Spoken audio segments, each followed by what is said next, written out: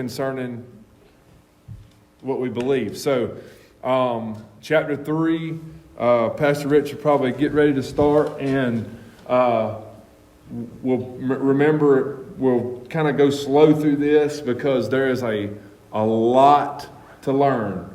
Each premise faces multiple objections, and there's always learning in each premise that we'll learn, and we'll learn how the premises work. But we've told y'all that we're going to start learning the arguments for what we believe, so that's what we're going to start doing tonight. We're actually going to go into that tonight. So, all right, chapter 3 is called "Why Does Anything at All Exist?" Last chapter we talked about why does God exist, or does God exist? This is why does anything at all exist? So we start with scripture. Says from John 1, it says, "In the beginning was the Word, and the Word was with God, and the Word was God. All things came into being through him, and without him not one thing came into being." So the author starts talking about where he grew up. He says, "Keokuk was a great place for a boy to grow up. On the banks of the mighty Mississippi River in the southeastern toe of Iowa that hangs down over Missouri, Keokuk is Mark Twain territory. As kids, we had every kind of pet we could catch: frogs, toads, snakes, salamanders, rabbits, birds, stray dogs, and cats that wandered by our house, even a bat and a possum. You could see the stars clearly at night in Keokuk, too. I remember as a boy looking up at the stars, innumerable in the black night, and thinking, where did all of this come from? It seemed to me instinctively that there had to be an explanation why all this exists. As long as I can remember then, I've always believed in a creator of the universe. I just never knew him personally. Only years later did I realize that my boyhood question, as well as its answer, had occupied the minds of the greatest philosophers for centuries. For example, G.W. Leibniz, a co-discoverer of calculus and a towering intellect of 18th century Europe, wrote, "The first question which should be rightly asked is, why is there something rather than nothing?" In other words, why does anything at all exist? This, for Leibniz, is the most basic question that anyone can ask. Like me, Leibniz came to the conclusion that the answer is to be found not in the universe of created things, but in God.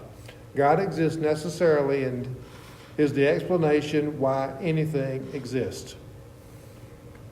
And then it gives a short biography of G.W. Leibniz. It says that he lived from 1646 to 1716. He was a German philosopher, mathematician, and logician.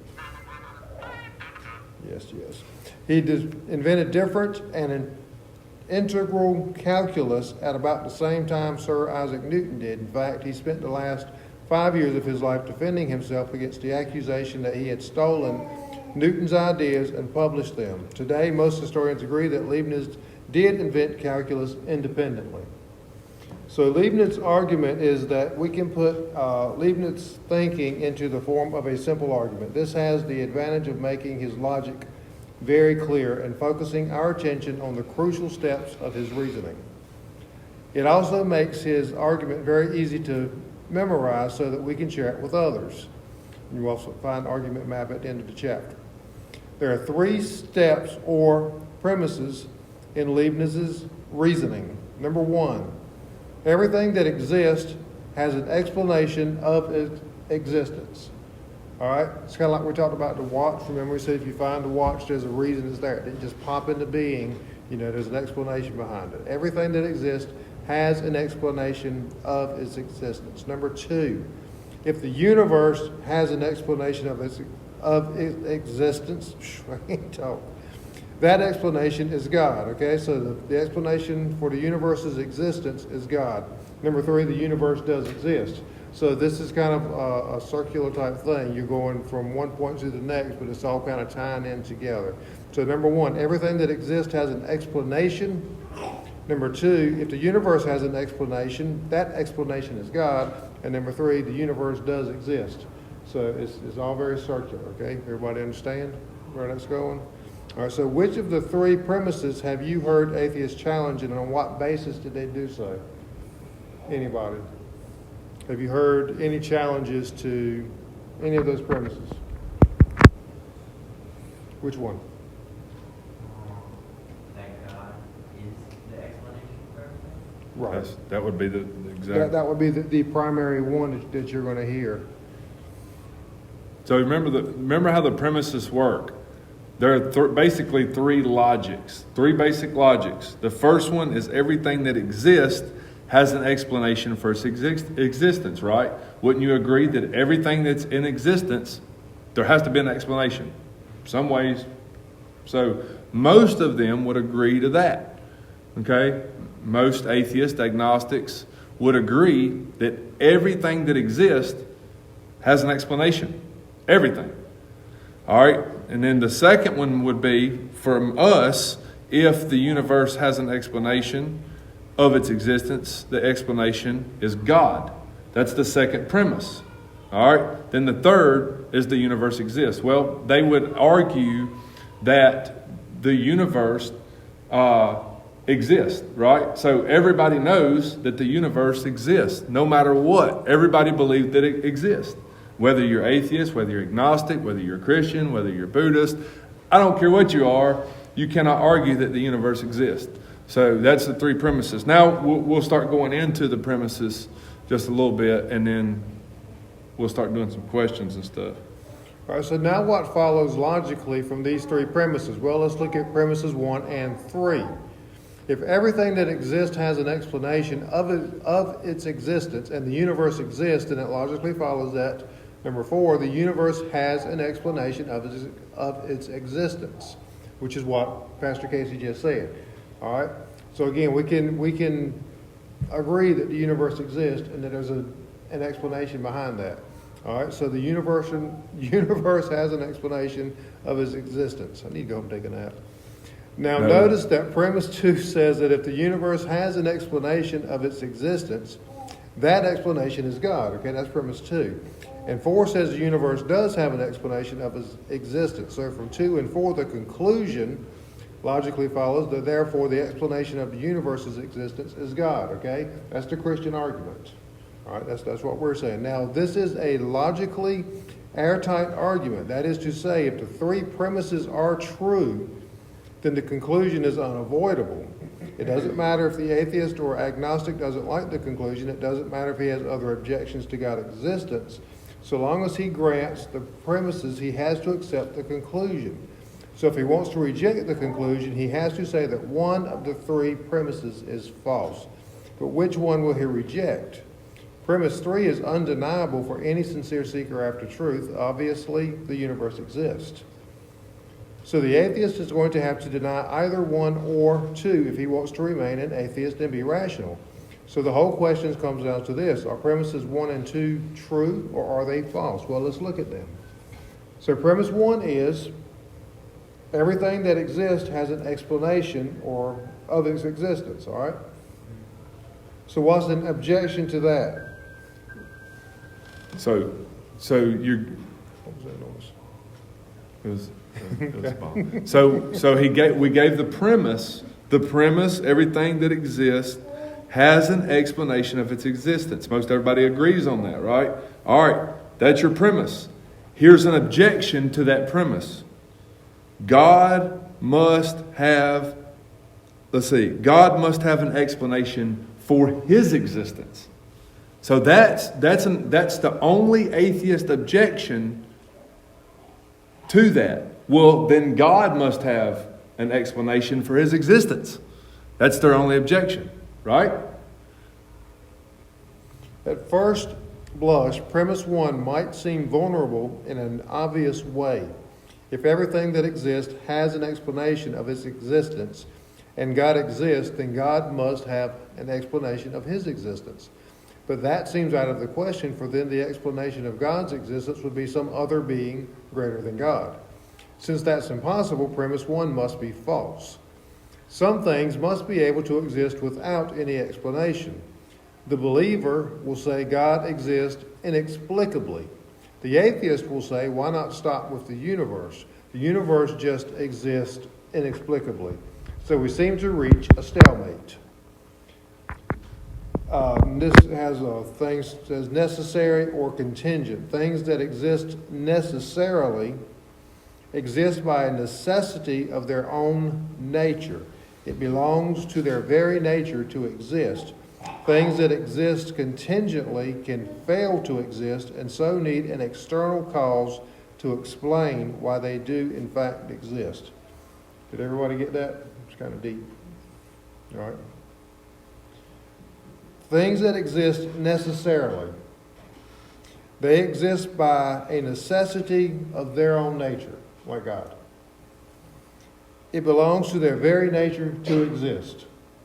Things that exist contingently, if I said that right, can fail to exist, like the chair you're sitting in, and so need an external cause to explain why, in fact, they do exist. Someone built the chair. That's why that exists. All right? So, it says the answer to the objections is that some things exist necessarily, not so fast. This obvious objection to premise 1 is based on a misunderstanding of what Leibniz meant by an explanation. In Leibniz's view, there are two kinds of things. A, things that exist necessarily, and B, things that are produced by some external cause. Let me explain. A, things that exist necessarily exist by a necessity of their own nature. It's impossible for them not to exist. Many mathematicians think that numbers, sets, and other mathematical entities exist in this way. They are not caused to exist by something else. They just exist by the necessity of their own nature. By contrast, things that are caused to exist by something else don't exist necessarily. They exist because something else has produced them. Familiar physical objects like people, planets, and galaxies belong in this category. So when Leibniz says that everything that exists has an explanation of its existence, the explanation may be found either in the necessity of a thing's nature or else in some external cause. So premise 1 could be more fully stated in the following way. Everything that exists has an explanation of its existence, either in the necessity of its own nature or in an external cause. So in other words, the explanation of God's existence is that it is a necessity. It's like numbers. You know, nobody created numbers. It's just things are numbers or have numbers. So if he exists at all, why is it impossible for God to have a cause?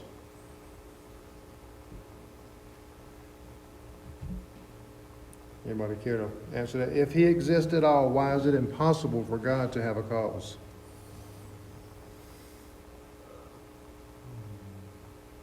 Because he's outside of space, time, and matter. Right. He's for God to have a cause. Again, it's kind of what we read earlier. There would actually have to be another bigger God, you know, kind of over him. And then you would say, okay, well, what about that one? It would just be like an infinite thing. You keep creating more gods to create gods that created gods that created gods that created gods. And that's not what happened. Never ended. Right. It would never stop. Right. Yeah, that's right. He is because he is. And that's basically what he said, I am. I am. Yeah. And our finite minds can't truly grasp that, but that's basically it. You want to start the next. You're going to keep, let's see. Okay, Yeah. we'll talk about it. Yeah, we'll keep going. I'll read some if you want to. Yeah. But now the objection falls to the ground. The explanation of God's existence lies in the necessity of his own nature. As even the atheists recognize, it's impossible for God to have a cause. So Leibniz's argument is really an argument for God as a necessary, uncaused being. Far from undermining Leibniz's argument, this is important, I highlighted this. The atheist's objection to premise 1 actually helps to clarify and magnify who God is. Because if God exists, He is a necessary, existing, uncaused being. If he exists, he's a necessary, uncaused being. So what he's doing is he's being devil's advocate there. If God exists, if there is even a God, then he's necessary and he's uncaused. Because there cannot be anything above that. There cannot be anything that causes God. It's impossible, right? So he's necessary and he's uncaused. That's kind of what he's saying there. Defense of premise 1, size doesn't matter. So what reason might be offered for thinking that premise 1 is true? Well, when you reflect on it, premise 1 has a sort of self-evidence about it. Imagine that you're hiking through the woods and you come across a translucent ball lying on the forest floor. You would naturally wonder how it came to be there. If one of your hiking partners said to you, "Hey, it just exists inexplicably, don't worry about it," you'd either think that he was crazy or figure that he just wanted you to keep moving. No one would take seriously the suggestion that the ball existed there with literally no explanation. Now, suppose you increase the size of the ball in this story so that it's size of a car. That wouldn't do anything to satisfy or remove the demand for an explanation. Suppose it were the size of a house. Same problem. Suppose it were the size of a continent or a planet. You have the same problem. Suppose it were the size of the entire universe. You still have the same problem. Merely increasing the size of the ball does nothing to affect the need of an explanation. So, in other words, what he's saying is even the argument can be argued from a micro level, all the way down to a micro level. So, if, like Pastor Rich used the analogy of the watch earlier that we went through and we talked about, the watch analogy, if you stumble upon a watch just in the woods somewhere and there's a watch, everybody would agree, whether atheist or agnostic, Christian, anybody would agree that that watch has an explanation for its existence. It was created for a reason. It had an origin. It has a meaning. You know, there was a reason for that. There was an explanation for that watch. The same goes with everything. The same goes with you and with me and with the entire universe, the world we live in. There's an explanation for it. So we'll talk about this stuff just a little bit more here in just a minute. What time is it? We got time? 7:27, yeah. The taxi cab fallacy. Sometimes atheists will say that premise 1 is true of everything in the universe, but it is not true of the universe itself. Everything in the universe has an explanation, but the universe itself does not have an explanation.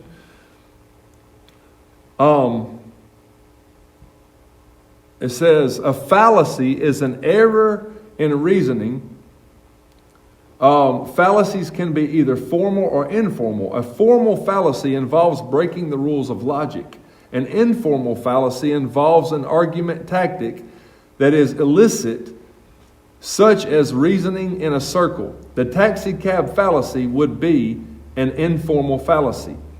But this response commits that he has been aptly called the taxi cab fallacy. For as the 19th century atheist philosopher, author, somebody,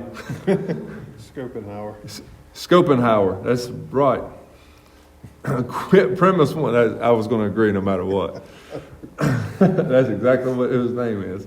Smith. Quit premise 1 cannot be dismissed like a hack once you've arrived at your desired destination. You cannot say everything has an explanation of its existence and then suddenly exempt the universe. It would be arbitrary for the atheist to claim that the universe is the exception to the rule. Recall that Leibniz does not make God an exception to premise 1 either. Our illustration of the ball in the woods showed that merely increasing the size of the object to be explained even until it becomes the universe itself, does nothing to remove the need for an explanation for its existence. Notice, too, how unscientific this atheist response is. For modern cosmology, the study of the universe, is devoted to the search for an explanation of the universe's existence. The atheist attitude would ripple even science. Think about that. I know that's deep. I know that's very deep, but I'm going to read that one more time. Notice, too, how unscientific the atheist response. Because remember, what did the atheist say? What did he say? The atheist said that the universe did not need a necessary explanation. Right? That's what he said. That's what he said. Notice how unscientific the atheist response is. For modern cosmology, the study of the universe is devoted to the search for an explanation of the universe. So we have an entire study that is trying to figure out the explanation of the universe itself. So the whole argument falls flat on its face. I probably can skip that. Well, the cosmology is a study of the large-scale structure and development of the universe. The Greek word for cosmos means the orderly arrangement or world. Pythagoras may have been the first person to use this word to refer to the universe. And here's another atheist fallacy, and then we'll talk about it for a minute.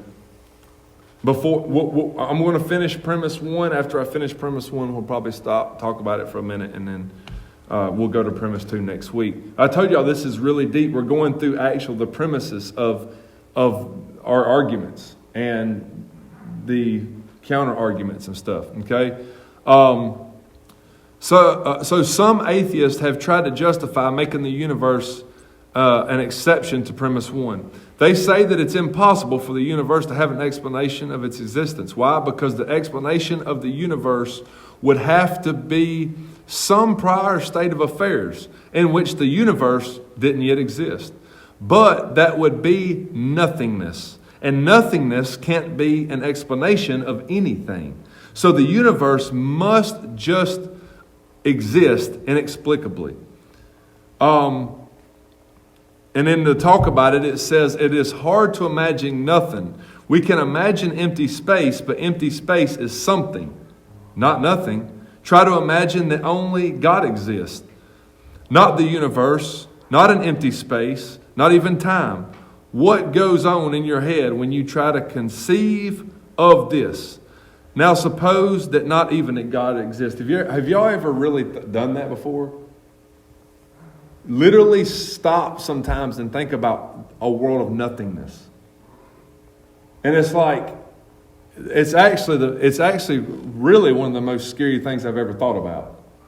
A world of nothing, where nothing is nothing is nothing. It's really hard to comprehend. Actually, I know it is for me. It says this line of reasoning is obviously fallacies. For it assumes that the universe is all there is, so that there is where no universe, there would be nothing. In other words, the objection assumes that atheism is true. The atheist is thus begging the question, arguing in a circle. Leibniz would argue that the explanation of the universe must be a prior state of affairs in which the universe did not exist. But that state of affairs is God and His will, not nothingness. So it seems to me that premise 1 is more plausibly true than false, which is all we need for a good argument. I guess we can skip that, can't we? So we're at premise 2, and is there anything you'd like to add there, Pastor Rich? Yeah. I know we went. It's deep, y'all. I've read it a couple of times, and it's really deep. That's one reason Pastor Casey mentioned even taking notes. why I've mentioned even downloading the book and having it to follow along, because this stuff can be very deep and it can be a little intimidating a lot of times. I mean, even with Pastor Casey and myself, you know, we're the most brilliant people that you know, yet still sometimes we have a hard time, you know, with some of this stuff. Yeah, I'm not going to lie. You're brilliant. Reading, I'm going to try not to lie, okay? We're in church. No. Reading this book and thinking that I can teach this book as deep as it is scares the dough out of me. Yeah, it's crazy when you're preparing for it and studying. So we want you guys to get it, because I understand from having sat in class. I mean, I'm not so old that I don't remember sitting in classes in school and stuff. And if I'm engaged and I'm reading along with the teacher, you know, and he's talking and telling me things, you know, I'm following, I'm keeping up, and I'm learning. But a lot of times I can sit there, and if I'm just listening, well, for the first 3 to 5 minutes, I'm right there with you, teach. And around minute 10 or 15, you know, I'm wondering what's going to happen on the next episode of my favorite show, or what am I have for supper, or, you know, your mind just starts to naturally wander, and then you kind of come back and say, how did he get to hear from there, you know? So that's kind of what we're saying. There's no shame in having questions and raising your hand and saying, stop, go back over that, you know, anything like that. Because a lot of this stuff is really deep. This dude is smart. Really? You know, I was joking about Pastor Casey and myself, you know, we're not just plain stupid or anything, but we're not on this guy's level of intellect. And we're trying to, you know, break it down to where we can understand it, because we figure if we break it down to where we can understand it, then you guys should be able to as well. But it's some crazy stuff, and the thing is, and we realize, you know, we've got young teens in here as well as we've got college students and above in here. So, you know, there's a lot of difference in where you're at in your learning and things like that. So please don't hesitate to ask questions if you don't understand something, because if we go through this entire book and all you got out of it was that, okay, they made some points, but I didn't really learn anything, then we haven't really accomplished anything. Because what we want is you guys to learn and be able to go out and say, okay, now I can defend my faith, you know, which is what the whole thing is about, defending your faith, which is what apologetics is about. And we want each and every one of you in here to be able to do that and be comfortable doing that in any situation. Yeah, and some of it's so deep that I understand what he's saying, but I can't explain it. Right. I just can't. I'm not smart enough to explain it. The analogies that he gives are the best way that I know to explain it, and some of it I don't get. So it's really, really, really deep when you get into the philosophical side of God's existence, you know, versus the biblical, the presuppositional side of God's existence. So we kind of broke down premise one. We're talking about the premises. And there, as we go into more chapters, we're going to learn more different arguments and stuff. Like, this is just one small one. This is not even close to scratching the surface of what we're going to learn. But anyway, so do y'all have any questions concerning this?